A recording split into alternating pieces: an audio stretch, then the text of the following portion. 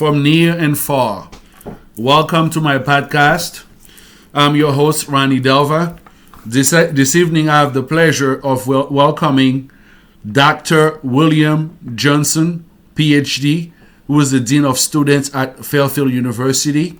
I have the pleasure of knowing Dr. Johnson for a number of years. And we've worked together, we've collaborated on numerous projects.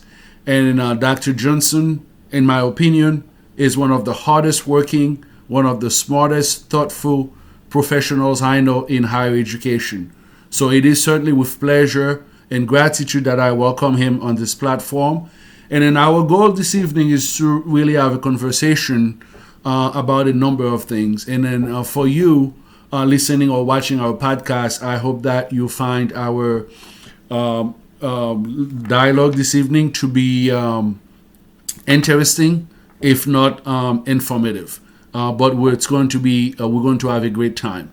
Again, Dr. Johnson, I welcome you and I thank you for being here this evening. And as a way to start, as you know, I know we are in December. Actually, we only have a couple of weeks left to close out 2020. That has been a very challenging year, to say the least. We have the social justice movement with the Black Lives Matter. We've had the COVID pandemic, which is a global pandemic that we had to deal with. On top of that, in our country, we seem to be at the end of what was a very contentious, at times very ugly presidential election, right? So that's a lot, for us to have gone through, and we continue to go to it to a certain degree, right? So, my brother, where do you find, my first question to you as a way to start this conversation, how do you keep your inspiration? How do you keep motivated? Knowing that we're dealing with all these stressful, factors. Yeah. Well, first, I want to thank you, Ronnie, for inviting me to be a part of your podcast, be a part of your project. As you said early on, you and I have had the great privilege of working together with each other for a number of years now. And I'm always proud to say that our relationship, our friendship goes beyond just working together now, as you called it, my brother. You are my brother, and I'm certainly glad to be here with you.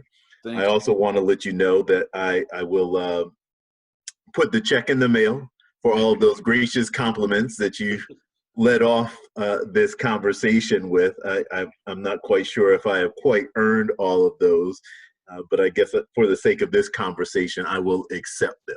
Yes, where do I get my inspiration and get my motivation? Well, I think it comes from a lot of different places. And I'm a firm believer that much motivation is intrinsic, right? Your motivation comes from within. It comes from a strong desire within an individual to want to see, want to achieve, want to find out the answers to certain questions.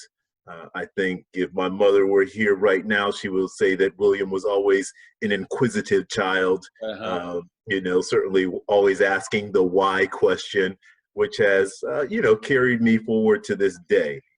I wouldn't say I'm one of those why, always asking the question why, but have a desire within myself to find the answer, to find the solution. So I know that certainly that has been something that has motivated me. Certainly, speaking of my mother, I think it even goes much further now. Certainly my family in general has always been a strong motivation in my life. Certainly starting with my family of origin, with my two parents and my younger sister, but now even to my immediate family, which includes my wife and my two daughters. Certainly as we work to sort of push each other to do better and be the best people that we can possibly be. That certainly is a huge motivating factor for me. And then I think the work that I do, working in a university setting, working in an educational setting, working with young people, our future, so to speak. Yes, yes. Thinking of the opportunities that tomorrow can bring and the difference that we can make in our students. Mm-hmm. Those are the things that I find to be drivers in my life. Those are the things that kind of keep me going. Those are the things that you know uh, keep me motivated to move Yeah. forward. Yeah, absolutely. So now, speaking of your students or young people, college students who are our future, do you? I know that you have your pulse in terms of what they're thinking about and in things that they have shared with you with regards to current event. What are they saying about what's happening? How do they see the world right now? You think? Yes, I think like all of us, young folks are challenged, to Yeah. say the least, about what's taking place in our current society and our world right now. I think many of our students want to see change, would like to see things different than Mm-hmm. the way they are. Mm-hmm. Um, I think they're all looking and thinking about their futures as well and what opportunities will be presented to them, Mm-hmm. and how to capitalize and make the most of it. There are many students who are rightly so frustrated, Yeah. with the many systems that exist, whether we're talking about those systems that are within our college and university setting, Yep. Yep. that they sometimes believe or in many ways do stand in their way, create barriers for them.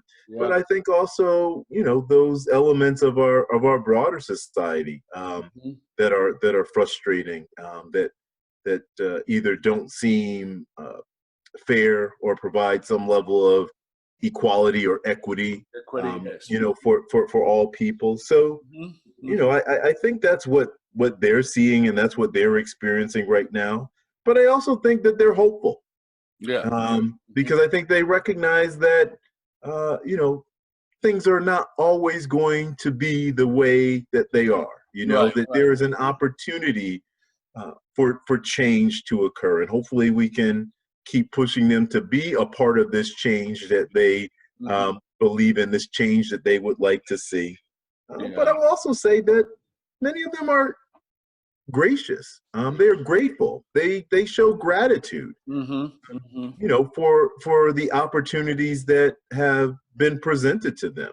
Okay. Whenever I've had meetings with students throughout this semester, the vast majority of them have always included some sort of thank you to myself and the rest of the university administration and the faculty for making this possible for them. Yeah. You understand that it's not perfect, Right. or ideal in any sense, Mm-hmm. Mm-hmm. but they're just happy that they've had a chance to live this, Yeah. Yeah. because I'm sure they either have friends or family members that they know have not had these sort of Yeah. opportunities Absolutely. presented to them. Yeah. So you mentioned grace and gratitude, as some of the sentiments that your students have expressed to you, and I know that those sentiments are well deserved. By the way, now the other question I have for you in terms of if you were to compare your students, let's say, versus their parents or the generation before them, do you think that students are less divisive as their parents? Because when we're talking about the division, because it seems to me, if you were to go back to, we mentioned the contentious election, presidential election, or that we've had recently, it appears that our country, at least from a political standpoint, is very divided, almost in the middle, so to speak. Do you think that division is reflected among the college age population?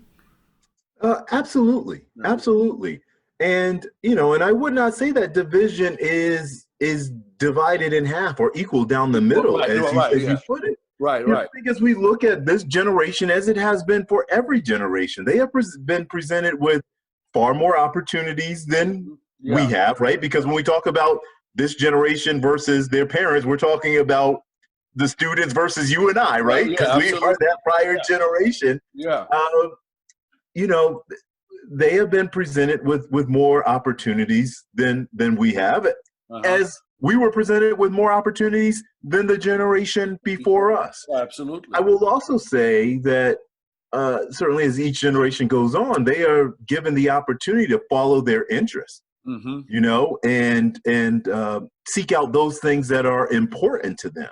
Yes. So when you think about more opportunities and the ability to seek out those interests and not being necessarily told you need to think this way or you need to believe this or this is the only way to go, what does that lead?